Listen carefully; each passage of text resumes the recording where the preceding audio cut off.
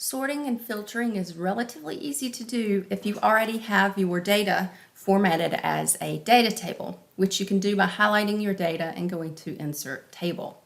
That way it treats all of the data as one set of data.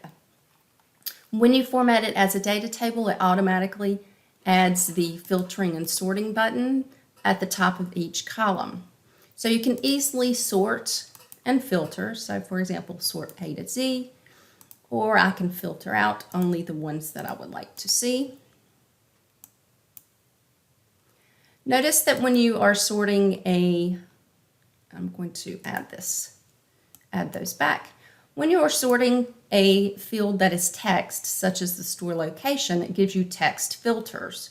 So that if I wanted to see any store location that begins with a W, it will show only those. The same thing for the departments, and I'm going to clear that filter. So under the department, I can say I want to show only the departments that begin with the letter C.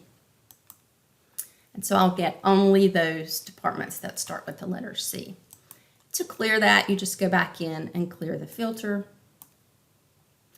And for the number sold, for example, it's got a different type of filter. It's a number filter. So here, whereas the text filters don't have a greater than or equal to, for example, the fields that are text values, it automatically recognizes that and gives you the greater than, equal to, and so forth in order to filter your number sold.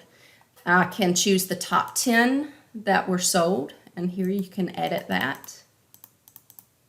I wanted the top 5. It will provide those for me. I'll clear that. And let's say I wanted any that were greater than or equal to 1,000. I can easily do that.